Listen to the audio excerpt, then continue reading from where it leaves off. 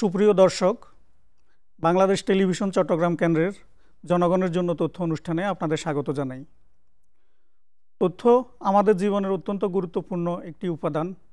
রাষ্ট্রের প্রতিটি নাগরিকেরই তথ্য পাওয়ার অধিকার রয়েছে, আর এই অধিকার নিশ্চিত করতে 2009 সালে প্রণয়ন করা হয় তথ্য অধিকার আইন।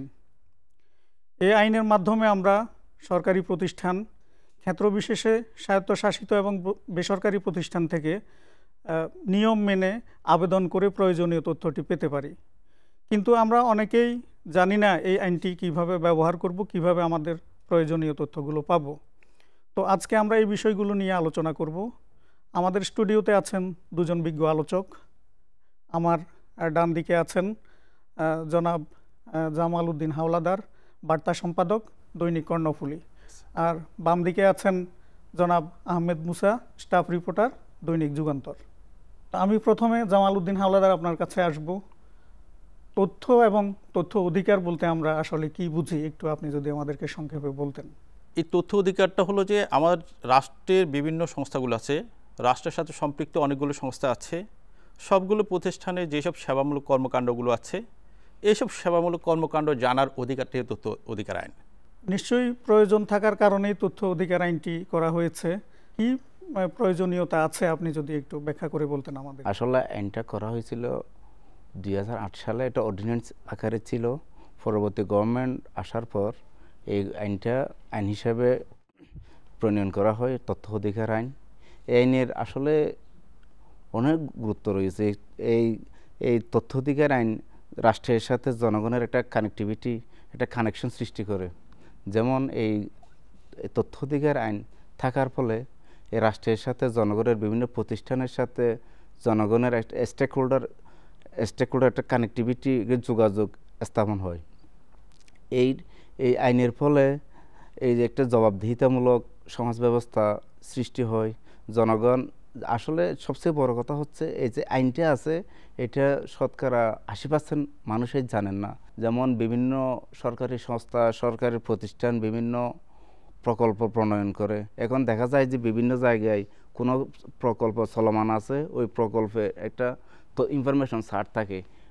এই প্রকল্পটা কখন চালু হয়েছে, কোন ঠিকাদার কাজটা করছে, কতটুকু কাজ করছে, কখন শুরু হয়েছে, কখন শেষ হবে, একটা জনগণ সাধারণত এই একটা ইনফরমেশন ছাড়ের মাধ্যমে জেনে যায়। এইভাবে স্বচ্ছতা আসছে। হ্যাঁ, স্বচ্ছতা আসছে, মানে জনগণ রাস্তা থেকে জানা যে এই কাজটা কোন ঠিকাদারে করছে, কোন প্রতিষ্ঠানে করছে, এটা কখন শুরু হয়েছে, এটার মেয়াদ কতদিন পরে শেষ হবে। জনগণে এই ছাড় থেকে জেনে যায় যে যদি নির্দিষ্ট সময়ের মধ্যে প্রকল্পের কাজটা শেষ না হয়, উনি রাস্তা হেঁটে যাওয়ার সময় জানে যে এই প্রকল্পের কাজটা এতদিন লেট হচ্ছে, এই সময়ের মধ্যে নির্দিষ্ট সময়ের মধ্যে শেষ হচ্ছে না।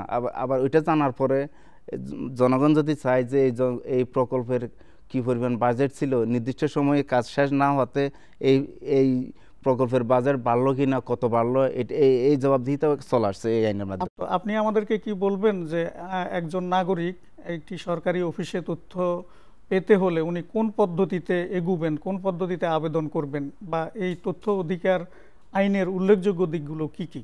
আমরা যে একজন নাগরিক একটা প্রতিষ্ঠান থেকে রাষ্ট্রের যেসব সংশ্লিষ্ট দপ্তরগুলো আছে, সব দপ্তরেই কিন্তু তথ্য চাইতে পারেন। আর প্রতিষ্ঠানগুলো সুনির্দিষ্ট যদি তাদের প্রতিবন্ধকতা না থাকে বা রাষ্ট্রীয় বিধিনিষেধ না থাকে, কিন্তু এইসব তথ্য দিতে বাধ্য। তো দুটো প্রক্রিয়ায় মূলত তথ্য আমরা পেতে পারি। একটা হলো অফলাইন আর একটা অনলাইন। অনলাইনের ক্ষেত্রে আমরা যেটা করতে পারি, যেটা বর্তমান ইন্টারনেট, ইমেল, বিভিন্ন প্রক্রিয়া ব্যবহার করে আমরা হোয়াটসঅ্যাপ, যে কোনো প্রক্রিয়া আমরা যে এই তিন ধরনের যে কোনোভাবে আমরা যদি আবেদন করি, সুনির্দিষ্ট একটা ছক আছে, রাষ্ট্র কর্তৃক এই তথ্য অধিদপ্তর কর্তৃক একটি নির্দিষ্ট ফর্ম তৈরি করে দিয়েছেন। ওই ফর্মের আলোকে আমরা যদি ফিল আপ করে আমরা জমা দিই, তাহলে নির্দিষ্ট ডেটে আমরা মেইলটা পাঠানোর পরেই ওখান থেকে একটা ফার্দার একটা জবাব আসবে যে এটা গ্রহণ করা হলো পরবর্তী নির্দিষ্ট ডেট, অর্থাৎ 20 কার্য দিবসের মধ্যে প্রথমত আপনার তথ্যটা প্রদান করবেন। দ্বিতীয়ত হলো যে আমার এখানে কোনো কম্পিউটার বা ইমেল আদার্স কোনো সুযোগ সুবিধা নেই, সেই ক্ষেত্রে লিখিতভাবে আমি সংশ্লিষ্ট দপ্তরে গিয়ে আবেদন করতে পারি। এই দু উপায়ে আমরা চাইলে কিন্তু জনগণ তার তথ্যটা সংশ্লিষ্ট দপ্তর থেকে চাইতে পারেন। কিভাবে জনগণ খুব সহজ প্রক্রিয়ার মাধ্যমে তথ্য পেতে পারেন? আমাদের চট্টগ্রামে প্রায় 37টা বিভাগ আছে, 37টা সরকারি দপ্তর আছে। অনেক দপ্তরের কর্মকর্তা ওয়েবসাইটে লিখে আছে উনি তথ্য প্রদানকারী কর্মকর্তা।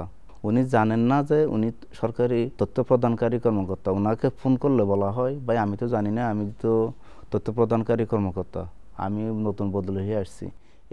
এটা হচ্ছে আসল সিনারিও এই বর্তমান অবস্থায়। এর এর ফলে কি হয়, ওই যে যিনি যে তথ্য প্রদানকারী কর্মকর্তা উনি যদি না জানেন তা আইনের ব্যবহারটা কিভাবে হবে? আমরা জনগণের বেশিরভাগই জানি না আইন সম্পর্কে। এই আইন সম্পর্কে জানতে হলে আগে আমাদেরকে তৃণমূল পর্যায়ে যেতে হবে, যে আমাদের উপজেলা লেভেলের পর্যায়ে যেতে হবে, ইউনিয়ন পর্যায়ে যেতে হবে। যেমন এখন ইউনিয়ন তথ্য কেন্দ্র আছে, তথ্য কেন্দ্রের লোকজনকে আমাদের এই তথ্য অধিকার আইনটা সম্পর্কে সচেতন করতে হবে, যে আমাদের একটা এরকম আইন আছে, আইনের এটা প্রয়োগ করলে আপনি সরকারের সবগুলো তথ্য সরকারের কখন কোথায় টিকা দেন, কি পরিমাণ টিকা দিবে, জেলা পর্যায়ে কতজন শিশুকে টিকা দিবেন, জেলা পর্যায়ে কতজন শিশুকে টিকা দিবেন, ইউনিয়ন পর্যায়ে কতজন শিশুকে টিকা দিবেন, আমাদেরকে তৃণমূলের লোকজনকে এটার সাথে ইনভলভমেন্টটা আনতে হবে, ইনভলভ করতে হবে। এরপরে এই আইনটার প্রয়োগটা সঠিকভাবে হবে। আমরা জেলা পর্যায়ে বা বিভাগীয় শহরগুলোর কিছু লোকজন আইন সম্পর্কে জানে, কিন্তু তৃণমূলের লোকজন তো আইন সম্পর্কে জানে না। এই জন্য আমাদেরকে আগে রুট লেভেল থেকে লোকজনকে এই আইন সম্পর্কে সচেতন করতে হবে। পরিপূর্ণভাবে এখনো এই আইনের সুফল রুট লেভেল পর্যন্ত পৌঁছেনি। চ্যালেঞ্জগুলো কি কি মনে করছেন? মূলত তথ্য অধিকার আইনটা বাস্তবায়ন না হওয়ার কারণে যে আমাদের জনগণ এখনো কিছু বাস্তবায়ন হয়েছে, হয়তো যতটুকু আশা করা হয়েছিল ততটুকু এখনো হচ্ছে না। না, এটা হলো যে এখনো তথ্য কমিশন আপনার ওভাবে আপনাকে জনগণকে সচেতন করতে পারেননি। দেশের জনগণ এখনো তথ্য অধিকার আইন সম্পর্কেই সচেতন না। তারা জানেন না যে আমি কোন দপ্তর থেকে কি সেবা পাচ্ছি। জনগণ যখন জানবে যে আমি এই দপ্তর থেকে আমার এই সেবাটা আসবে, যেমন একজন এক্সাম্পল, আপনার দুর্গমে কোনো যে উপজেলা স্বাস্থ্য কমপ্লেক্স থেকে আমি কি কি সেবা পেতে পারি? শুধু কি আমি যাব 5 টাকা টিকিট কাটবো আর চিকিৎসা নিয়ে আমি বেরিয়ে আসবো? না, এখানে রাষ্ট্র তার নাগরিকদের জন্য নির্দিষ্ট কিছু ওষুধপত্র দিয়ে রেখেছেন। আবার যারা নাকি ইনডোর সার্ভিস নেন, যারা নাকি ভর্তি থাকেন, তাদেরও জন্য কিছু সুযোগ সুবিধা আছে। এই নাগরিকগণ যখন জানতে পারবে যে আমার এই ওষুধগুলো আমাকে এখান থেকে দেওয়ার কথা, আমি এখান থেকে পেতে পারি, যেহেতু আমি এই দেশের নাগরিক, তো যতক্ষণ পর্যন্ত সে জানবে না যে আমি এখান থেকে কি তথ্য পাচ্ছি, ততক্ষণ পর্যন্ত সে ওই প্রতিষ্ঠান সম্পর্কে সে ওয়াকিবহাল না। এটা তাকে জানাতে হবে। জানার ব্যবস্থাটা তথ্য কমিশন কি করতে হবে। দ্বিতীয়ত হলো যে আমাদের যারা নাকি তথ্য প্রদান করবেন তারা অনাগ্রহী, তারা দিচ্ছেন না, তাদেরকে বাধ্যবাধকতা তাদেরকে তথ্য প্রদানে বাধ্য করতে হবে।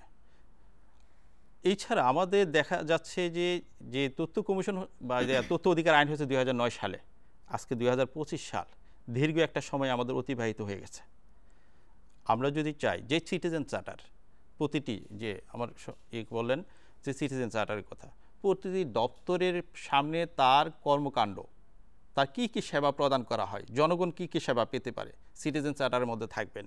এবং সংশ্লিষ্ট ট্যাগ অফিসার থাকবেন যারা নাকি কে কোন প্রকল্পের সাথে সংশ্লিষ্ট, এগুলো করে থাকবে। কিন্তু তার সম্পর্কে আমার জনগণ কিছুই জানছেন না, যার কারণে জনগণ যেহেতু জানছেন না, সেও তথ্যটা পাচ্ছেন না। আর যারা নাকি নির্দিষ্ট সংখ্যক যারা নাকি জানছেন, তারা যাচ্ছেন, কিন্তু তারও অধিকাংশ পাচ্ছেন না।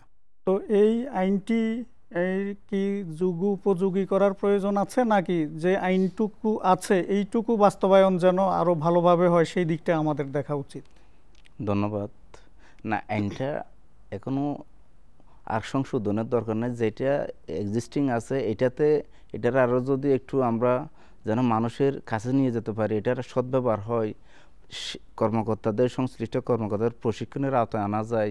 এটা এই আইনের ওই যে জটিলতাটা হচ্ছে এই যে কর্মকর্তারা সঠিকভাবে দায়িত্ব পালন করেন না, তথ্যগুলো সরবরাহ করেন না, এটা একটা মূল সমস্যা।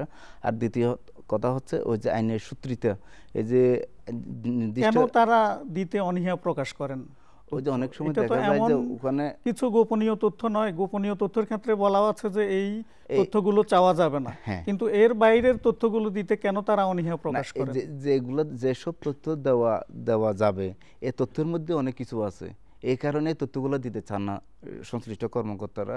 এই যে ভ্যালিড তথ্যগুলো একজন নাগরিক হিসাবে, একজন সংবাদকর্মী, গণমাধ্যম কর্মী হিসাবে পাওয়ার কথা, এই সব তথ্যের মধ্যে অনেক কিছু লুকিয়ে থাকে। এই কারণে ওনারা গড়িমসি করে দিতে চান, বিভিন্ন ফ্যাস সৃষ্টি করে তথ্যগুলো দেন। জনাব জামাল হাওলাদার, আইনটাকে জনগণের কাছে পৌঁছে দিতে আমরা সরকারের তরফ থেকে বা আমরা জনগণের বিভিন্ন সংগঠনের পক্ষ থেকে আমরা কি ভূমিকা পালন করতে পারি? এই বিষয়ে আমার দৃষ্টিতে এই মুহূর্তে যেটা মনে হচ্ছে, যেটা দুভাবে আমরা করতে পারি। একটা হলো আমার শিক্ষা ব্যবস্থার সাথে এই আইনটাকে সম্পৃক্ত করা। শিক্ষার্থী যখন জানবে তার প্রতিষ্ঠানে কি কি তার অধিকার আছে, সেখান থেকে সে শুরু করতে পারে, তার পাঠ্যপুস্তকে অন্তর্ভুক্ত করতে পারে এই আইনটা। দ্বিতীয়ত, আপনার এটা নাগরিকদেরকে ব্যাপকভাবে জানার ব্যবস্থা করতে হবে। সেটা রাষ্ট্রকেই করতে হবে, তথ্য কমিশনকেই করতে হবে। আর তথ্য কমিশনের এই আইন ব্যাপকভাবে যে বাস্তবায়নের জন্য ব্যবস্থার দ্বিতীয় পদ্ধতি হলো আইন প্রয়োগ। সংশ্লিষ্ট দপ্তরগুলো যখন তথ্য দিচ্ছেন না, যখন জানছেন বা কোন দপ্তর কিভাবে তথ্য চাওয়ার পরও দিচ্ছেন না, প্লাস কারা দিচ্ছেন না, কেন বা দিচ্ছেন না, সংশ্লিষ্ট দপ্তরগুলোর প্রতি আইন প্রয়োগ, তথ্য কমিশনের আইন প্রয়োগটা ব্যাপকভাবে বৃদ্ধি করতে হবে। যতক্ষণ পর্যন্ত এই আইন প্রয়োগ সংশ্লিষ্ট দপ্তরগুলোর প্রতি বৃদ্ধি হবে না, তাদেরকে আইনের আওতায় আনা যাবে না, ততক্ষণ পর্যন্ত নাগরিকরা সেই কোনো প্রতিষ্ঠান থেকে কোনো তথ্য পাবেন না। কেননা দেখা যাচ্ছে, হ্যাঁ, এখানে একটা বিষয় হলো যে একজন নাগরিক একটা অফিসে গেছেন, উনি একটা দপ্তরের তথ্য চেয়েছেন, তথ্যটা চাওয়ার পরে দেখা যাচ্ছে ওনাকে বিভিন্নভাবে হ্যারাসমেন্ট করে ওনাকে আরও বিপদে ফেলে দিচ্ছেন, কোনোদিন আসবেন না।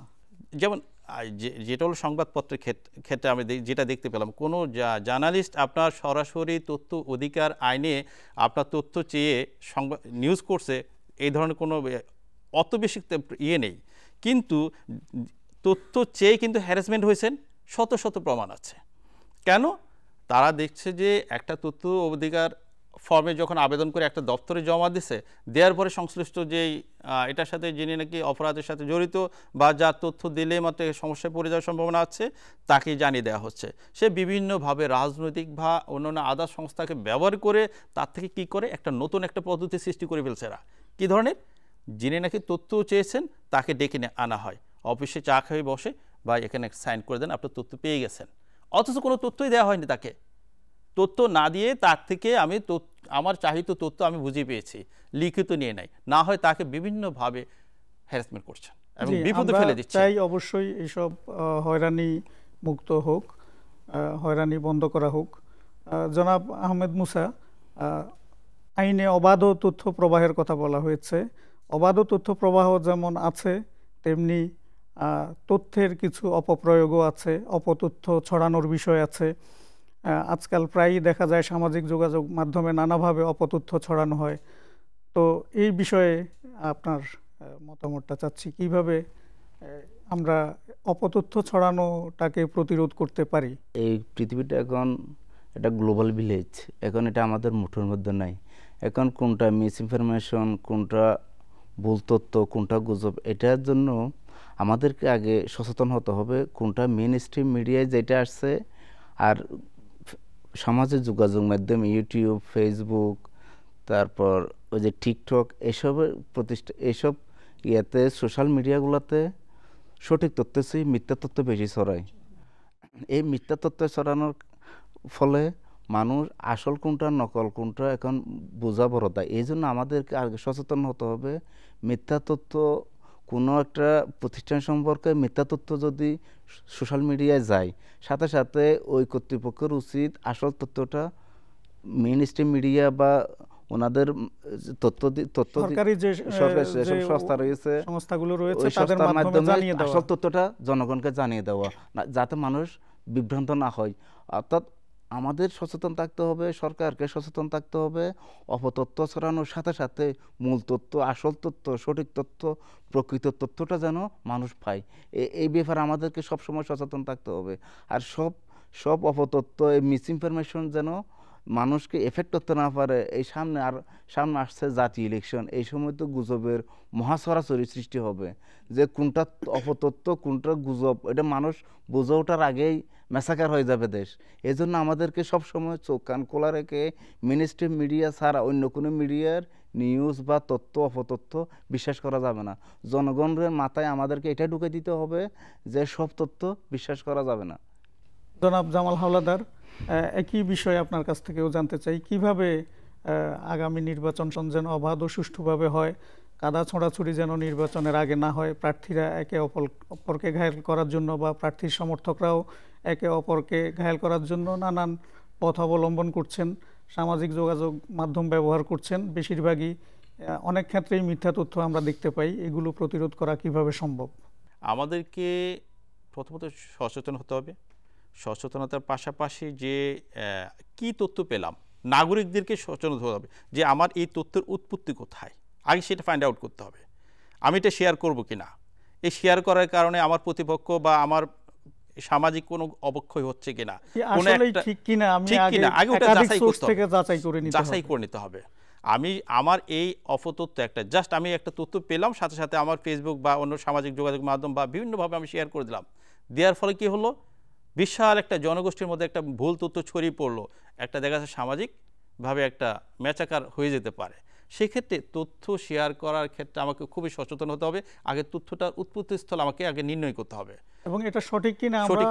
আহমেদ মুসা যেটা বলেছেন, ফ্যাক্ট চেকিং যে বিভিন্ন পদ্ধতি রয়েছে, আমরা সেই পদ্ধতিগুলো অবলম্বন করতে পারি, যদিও আমরা অনেকেই এখনো এই প্রযুক্তিগুলোর ব্যবহার সঠিকভাবে জানি না। এখানে আরেকটা বিষয় আছে যে আমার যে তথ্যটা পাওয়ার পর যখন সামাজিক যোগাযোগের মাধ্যমে যখন একটা তথ্য ছড়িয়ে পড়ে, সাথে সাথে হলো আমাদের দেশের অনেকগুলো সংস্থা ইনভলভ, পুলিশ, ডিবি, পিবিআই, আপনার এই ধরনের অনেকগুলো সংস্থা আছে।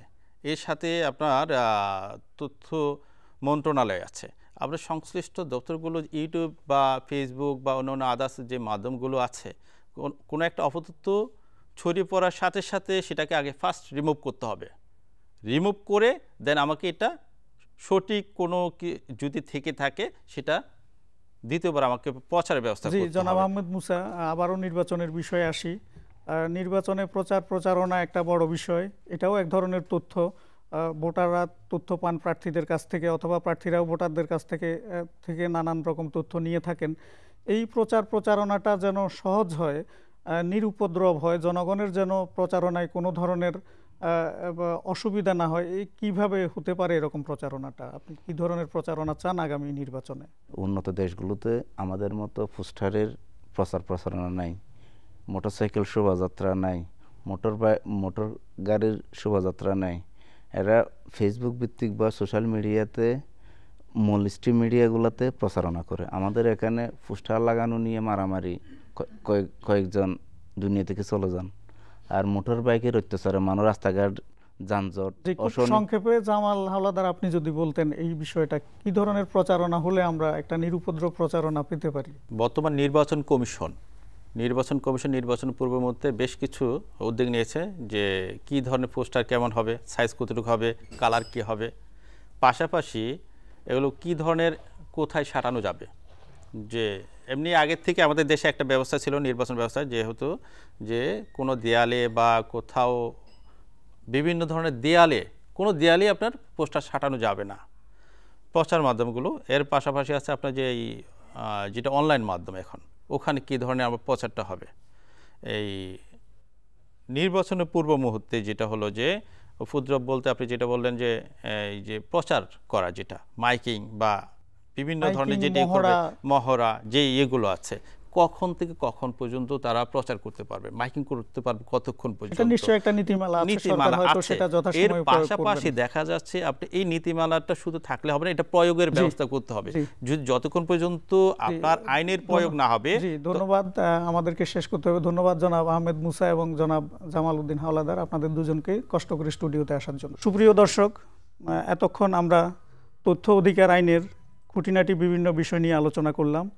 আমরা আশা করতে পারি এই আইন থেকে কিছুটা হলেও আমরা উপকৃত হতে পারব। তো আজকের মতো এখানেই বিদায় নিতে হচ্ছে। দেখা হবে এই অনুষ্ঠানের পরবর্তী পর্বে নতুন কোনো আলোচকের সঙ্গে। সেই পর্যন্ত ভালো থাকুন, সুস্থ থাকুন।